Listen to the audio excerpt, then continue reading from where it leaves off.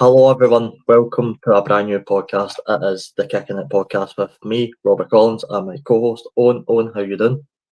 I'm not bad, how we doing? Aye, no bad. Very excited to get this going. Obviously, it's been a bit of an on and off year. Obviously, with a former podcast taking such a long break, we both sort of we want to get into doing regular content. So we figured that this was the best way to do it. We created Kicking It podcast. I think the logo's nice. I think the thumbnail for this video is nice. I think it's all running smoothly so far. So without further ado, let's get into the topic of today's video. It is, of course, the FA Cup quarter-finals. Four very interesting fixtures, actually, as we'll get into each one. We'll discuss it in a bit more depth. But I'm looking at some of these fixtures and I genuinely see no standout favourite for the tournament. Now, I know, obviously, Man City's still in there. If you look at that, you're probably going, right, they're probably going to win. But you never know. Man City are having a very weird season this year, so you just never know how it's going to go. We'll kick off with the first fixture. It is Fulham taking on Crystal Palace. This game is on Saturday at 12:15. On the route to get here for both teams has been easier for Crystal Palace. Fulham had to overcome Man United at Old Trafford in the fifth round to get here, whereas Crystal Palace had to overcome Millwall at home 3-1, which they did. A much easier route for Crystal Palace, but does that make Fulham favourites? I mean, look, Fulham are sitting 8th right now and Crystal Palace are sitting 12th in the league. Obviously, they're both playing the same league, so it's a bit easier to judge them on the season. I think Fulham's having a pretty good season, to be fair. Definitely. I think Fulham would be doing its favourites, but it's FA Cup and FA Cup can go all the way. Better results than that. Obviously, as you said, Fulham put out Man U and Palace getting through Millwall.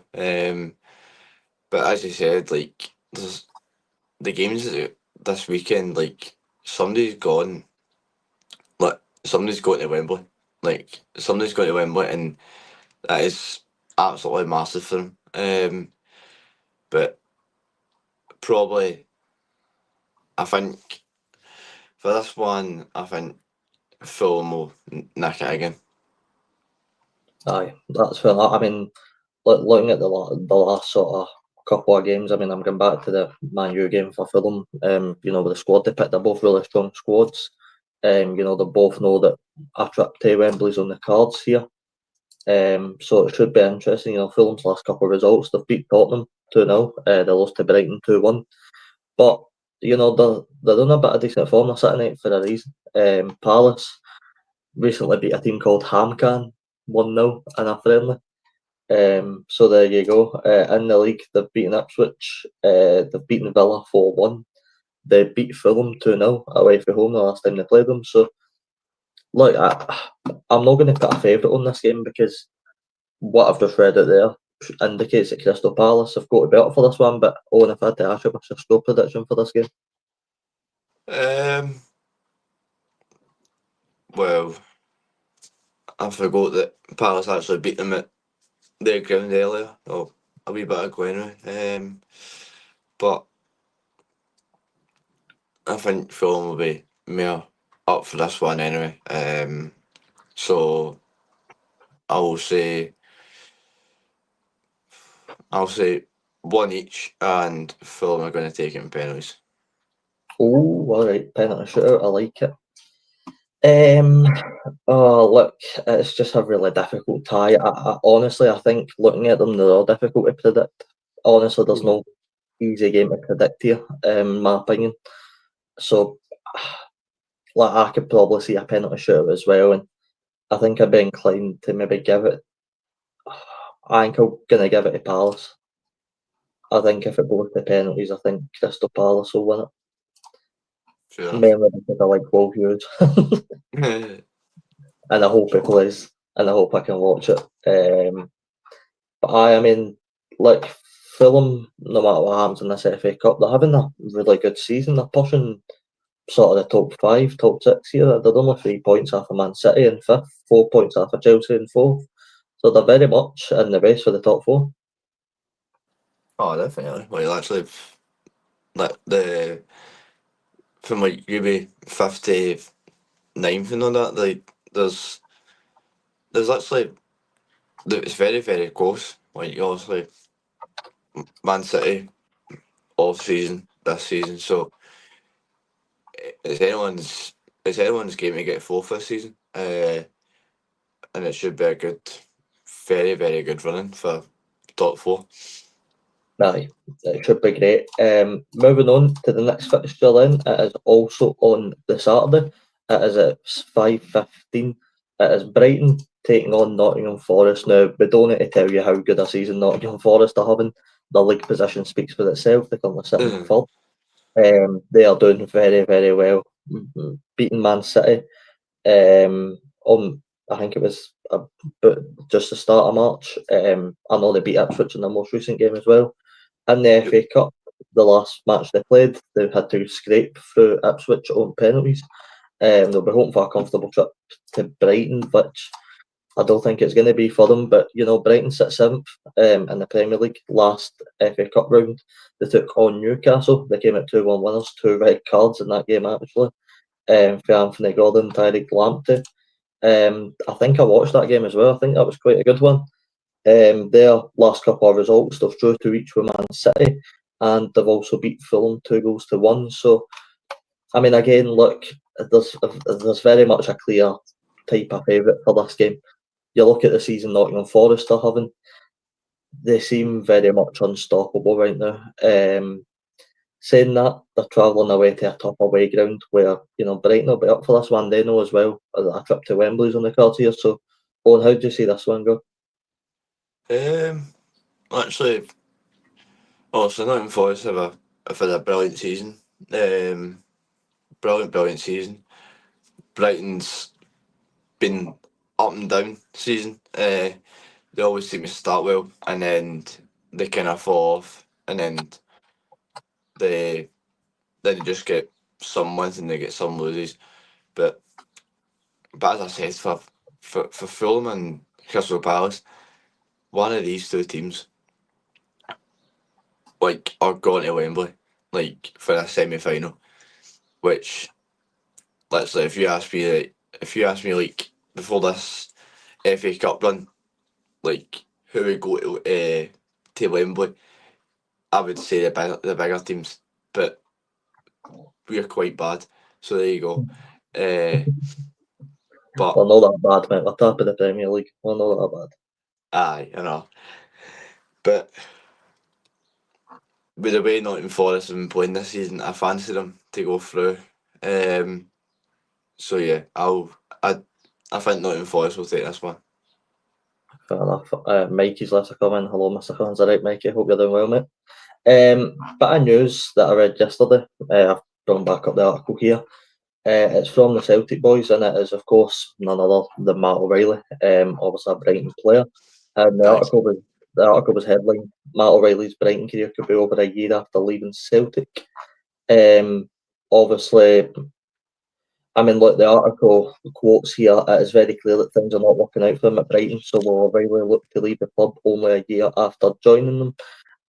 Owen, obviously, I believe there's been an injury for Matt O'Reilly at Brighton as well. But I mean, you look at how he's getting on there. Do you think he'll try and leave at the end of the season? I generally think this boy, obviously, I know that it's money at the end of the day. I know it's money. But this guy, the same as the other one that's left, but he's mucked his career. Literally, he wouldn't have got that long injury if he was still up here. No chance. He wouldn't have got that injury. Well, look, I mean, look, I think everybody wants to play in the Premier League. It's every football player's goal. It's the most prestigious league in the world. You know, everybody gets into football. They hope for one day playing the Premier League. Obviously, whether he's actually played too much or no is not really my point. You know, I feel like with the money situation that both these players are getting as well, and I know the other player you're talking about, they're both getting a very good chunk of money for leaving Celtic. I mean, you know, they're not just leaving Celtic and playing in cheaper wages to go and play in another league. You know, they're getting a pretty good price package, so I can understand why they've done it. Mikey said move to Italy, I think. That's fair enough. You could potentially see him in Italy in the future.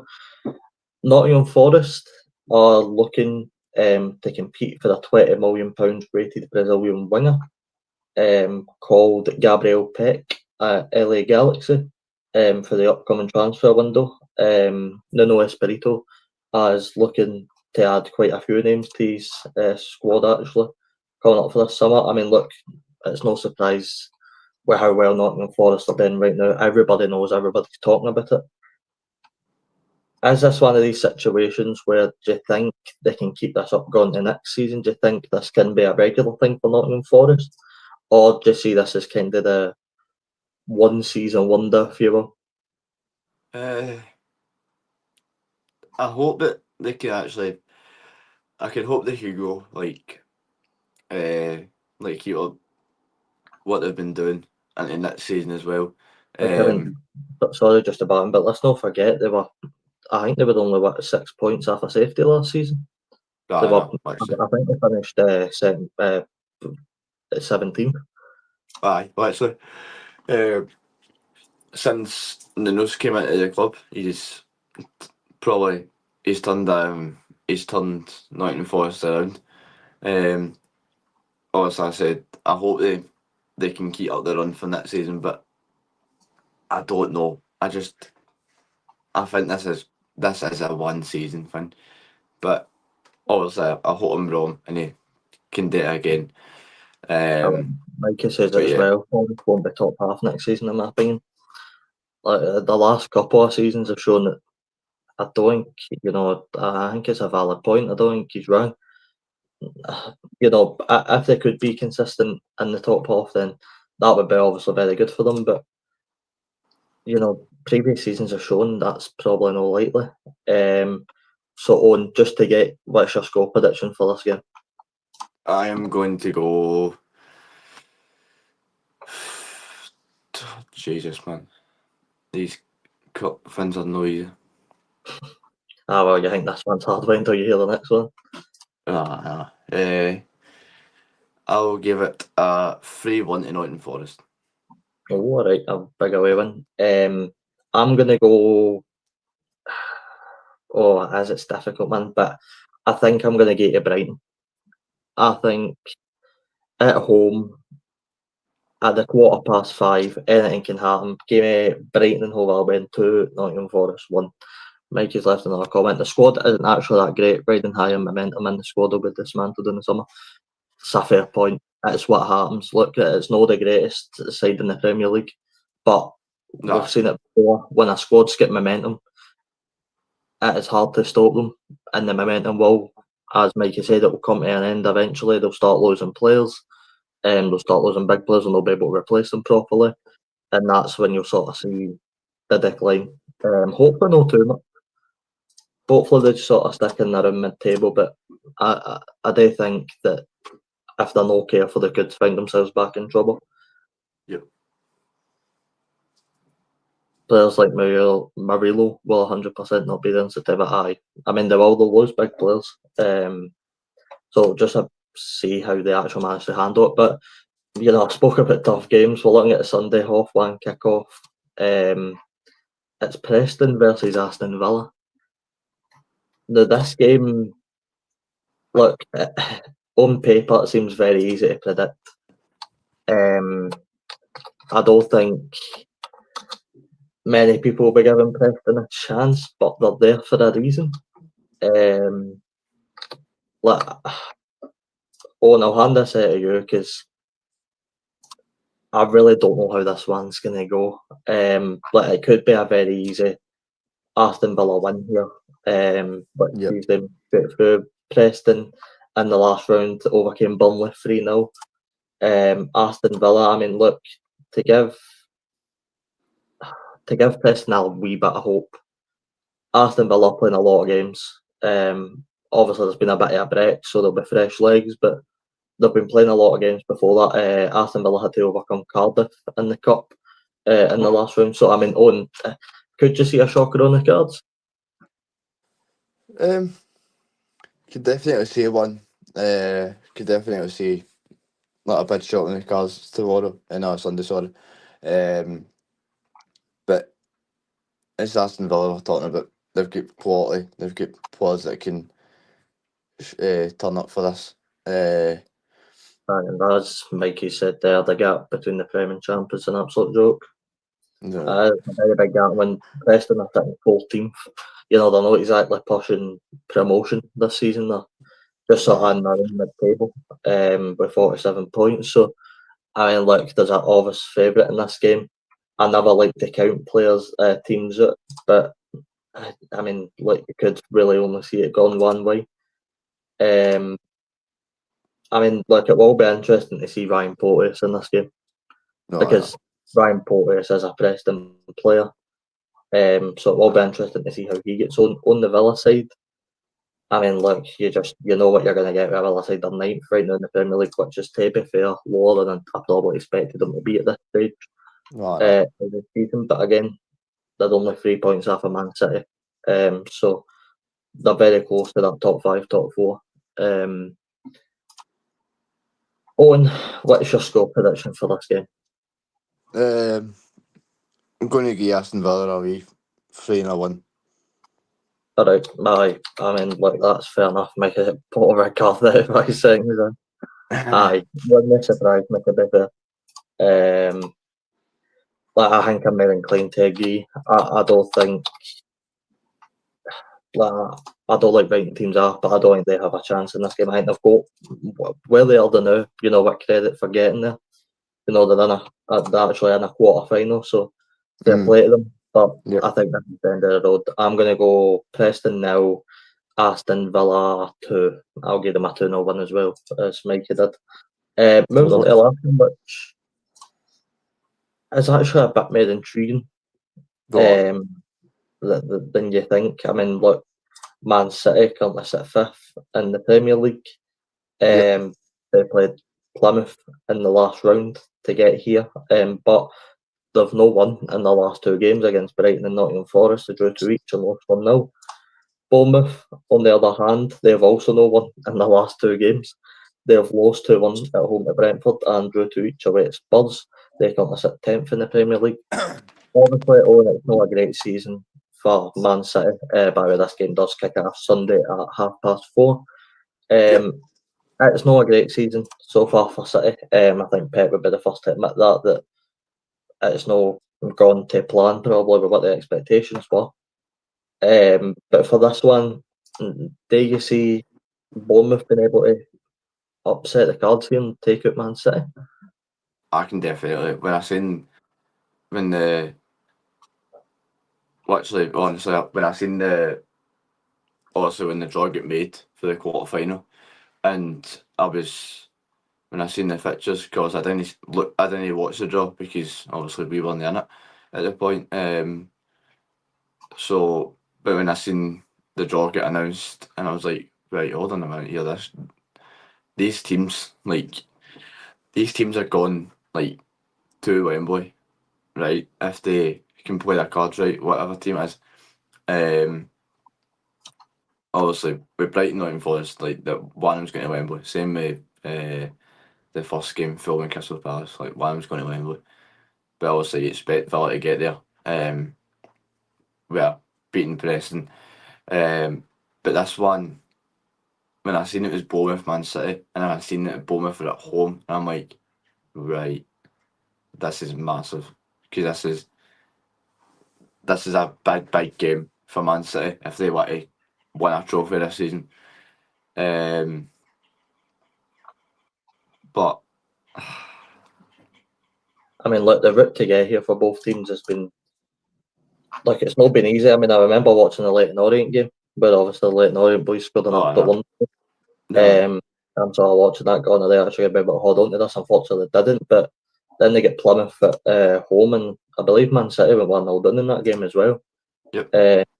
Although they were very comfortable in the end. Mikey's left a comment. City 4, Bournemouth now have been woeful since Christmas. That is a good point. I mean, look, Bournemouth aren't exactly having a wonder season like the likes of Nottingham Forest or anybody like that. They're just sort of in and around mid-table. The form has been very on off, but Man City's form has been very on off as well this season. Yep. They're not having a great time yet, so it is going to be a very interesting game.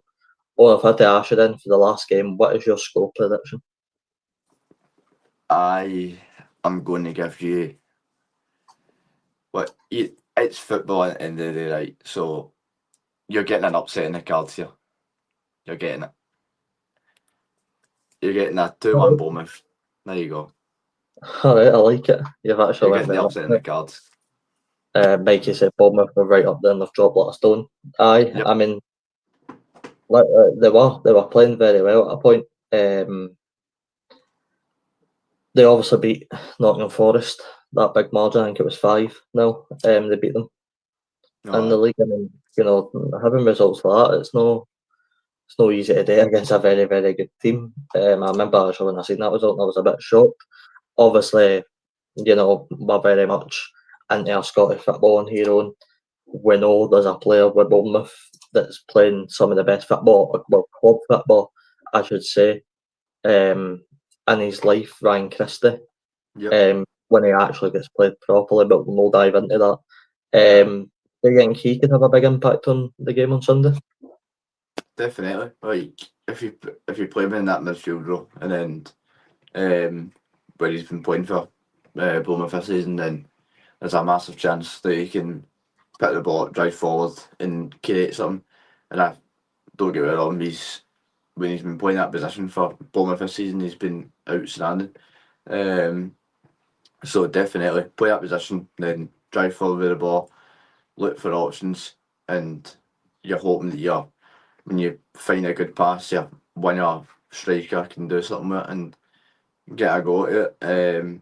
But yeah, he'll play a big part in Sunday.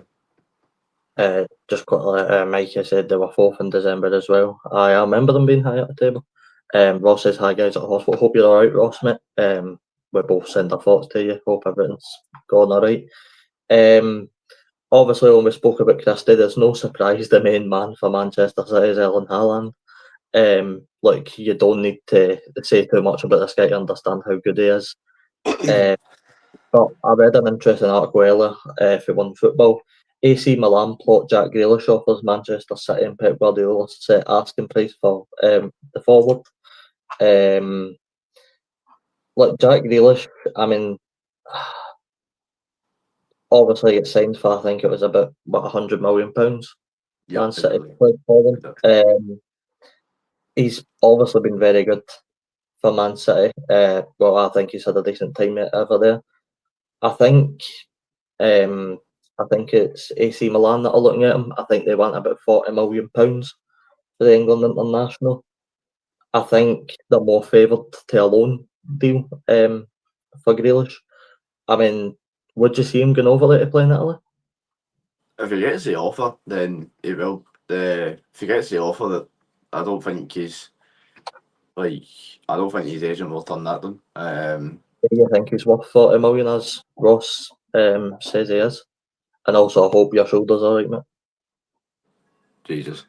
I was very confused when you said Hyder up the hospital. I was like, what the fuck? Literally, nah.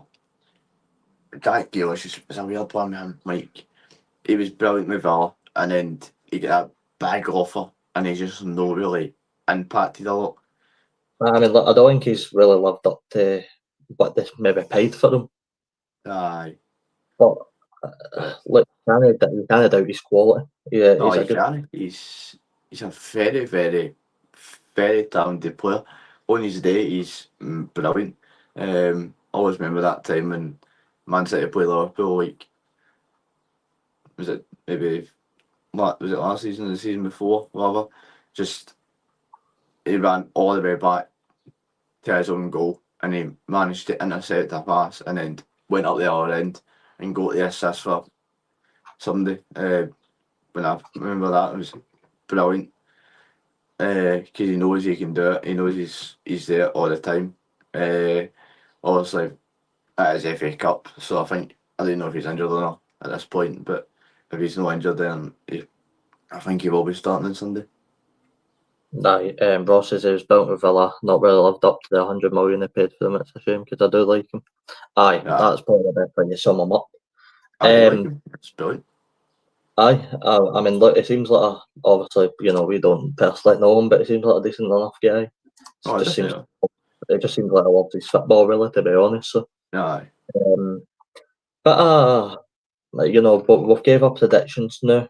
For the FA Cup, should be an interesting weekend. We move back over just to general football news, and the Club World Cup is, it's not going to be too far away now. I was watching Mark Goldbridge's video talking about this the other day. The prize money for um, this tournament is very, very big. The winner, I believe, receives £97 million Wow. if you win this Club World Cup. Come in But, well, we're not in it, unfortunately. Celtic, man. If I just quickly get the fixture, I do believe the fixtures are um, available somewhere. I remember Mark was reading them out on the show, just as I try and get the fixtures. It is definitely available if my laptop would like to load. Right, you're looking at, I mean, look, some of the teams in here don't know how they're in here. I mean, you're looking at a Group G that's got Man City and Juventus. Group H has got Real Madrid. You've got Chelsea, Bayern Munich, PSG, Inter Miami, and Porto in the same group. Jesus. Um, it's a very interesting situation. The first match of the whole tournament is the 14th of June, where Al Ali take on Inter Miami Oh, at 8 o'clock. I mean, look, this is meant to be a Club World Cup. This is meant to be the prestigious tournament. This is meant to be the one that all the biggest clubs in the world compete in. And we've got Al Ali versus Inter Miami in the opening night. wow. I mean, look, when I don't mind the Club World Cup, if it's going to happen, I really don't mind. That's fine by me. But if it's going to be a Club World Cup, have the best 32 teams in it. No. I don't want to see SC Palmeiras versus FC Porto No. at 6 o'clock on a Saturday on a Sunday. Oh no. Because that doesn't fill me with excitement. I mean, look, there's obviously some decent ties in there. No every tie's completely terrible. You've got Inter Miami versus Porto, which it'll be an alright game. Oh, definitely. But then I look at like Benfica versus Auckland City FC. It's just not really on my radar to watch, is it? Nah. So, I mean, look, the way this works for people that don't know, the overall prize fund shared between all 32 teams based on different factors will be £775 million, I with know. 407 million divided between all participating clubs and 368 million awarded on performance-related basis. Wow. By comparison, last season's prize money in the Premier League ranged from only £175 million for the winners City to the £109 million earned for Sheffield United. That's the sort of comparison. That's the comparison we're talking about here. Wow. This isn't just we're looking at this with some of these teams and going, but this isn't great, and it's no. For a tournament that holds this much money to it, you feel like they should be doing a better job of having the actual best teams in the world. What has Chelsea done in the past sort of 5 years, 5 to 6 years? What have Chelsea done to show that they deserve to be in this? Man City aren't even in the top 4 in the Premier League right now. Right. Arsenal, where are they? They're finished second, 3 consecutive seasons in a row? Where are they? Liverpool, top of the Premier League right now. Where are they? You know what I mean? Where are any of these teams that, and no disrespect to the Chelsea and Man City, but where are the teams that actually deserve to be in there? Oh, I know. Actually, they literally lick each other up. Like, no, sorry for being weird, right? But it's true, man. Literally, honestly, with Man City, Chelsea, like they've been there and obviously they've done it, and like, but they've not been consistent enough to be there. I don't think. Like, So reading this, so 12 places available for European teams. The highest number of any confederations, obviously, are South America and stuff like that. These spots are decided by the club's Champions League performances over the past 4 seasons. Only 2 clubs per country can qualify. So 2022 Champions League final with Liverpool are not included, but 2021 winners and 2023 winners, Man City, are. I don't think this should be judged on 2021 and 2023. I also don't. I'm not saying it should be judged on 2022 and saying fling Liverpool in. I don't think it should be judged on the Champions League. I think it no, should be judged on the league and how teams are getting on the new. We don't no, want to see. We don't want to see Chelsea because they were good in 2021. We want to see exactly, Liverpool and Arsenal because they're good the new. That's exactly. why. I That's why know. it should be called the World Cup. It should be the biggest teams in the world. Oh, definitely. Honestly, It's just. I mean, it's a joke, man. like I'm no disrespect to it, but it's not something I'm going to invest my time into watching. No, no chance. It's no really a competition that like people are going to take their time out of their day to go and watch like one of these games. But No, like, see when the group stage is over and you've actually got the last sort of knockout rounds with actual yeah, really good teams, then I ah, can maybe get a bit more thought. But I do not want to watch Al Hilal versus FC Porto. Like that's no disrespect to either team, but that's not something that interests me. I remember watching that, and I just remember watching the final between Liverpool and trying to show it was like Flamingo or something. And then I just remember Bobby Firmino scoring in 100 and something minute. I was like, wow. But let's talk about finally before we wrap things up. Let's talk about Trent Alexander-Arnold. Now, it has been confirmed, not confirmed by club wise, it has been very strongly linked that he will be joining Real Madrid for free in the summer. The Yep. 26-year-old has entered the final 3 months of his contract and can negotiate with potential suitors before he becomes a free agent this summer. Though there's no agreement between the player and Real Madrid, BBC Sport reported on Tuesday that works towards completing a deal was reaching the closing stages. If agreed, it would see local boy Alexander Arnold, who joined Liverpool Academy at 6 years old and has won the Premier League, Champions League, FA Cup, League Cup, UEFA Super Cup, and the Club World Cup, with the club leave for the Spanish Giants on a free transfer. Owen, it's no surprise that this is pretty disappointing the way this ended with Trent.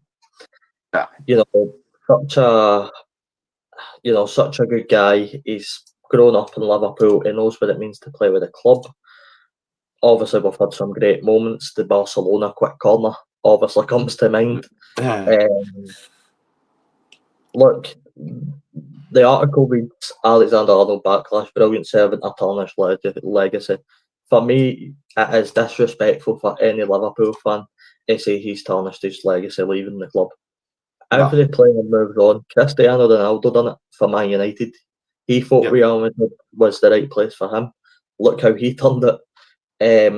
For Right. me, and this is me alone, and I know other Liverpool fans are really frustrated. I wish all my best of luck to Trent. I hope he goes out of Spain and I hope he absolutely smashes it Right. because he's been some servant for Liverpool. And look, players don't last forever. It's very rare you find a player that will stick at your club for the whole career. Oh, And very, very unlikely. So to Trent, in my opinion, and I'll ask the question to you as well. For me, I don't think he's tarnished his legacy at all. I think this is a guy that wants to go and play in the best team in the world, that's got the oh. best players in the world. But on to you, do you feel the same way? Do you think he has tarnished his legacy? Are you annoyed at Trent? No, never. I would like this is a big thing for him. This is a big thing for Trent. Literally, he's been with Liverpool since he was 6 years old, and he's he's got so much love and heart for this club, for Liverpool. And literally, probably Liverpool fans would have thought because he came from the academy and he loves the clubs like loves the club so much that he would have just probably stayed through and just stayed at Liverpool and retired maybe at Liverpool, but it was the exact same with Kieran Tierney. He came through the Celtic academy and then literally he left us.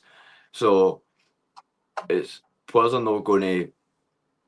Players want to stay at their club. You get the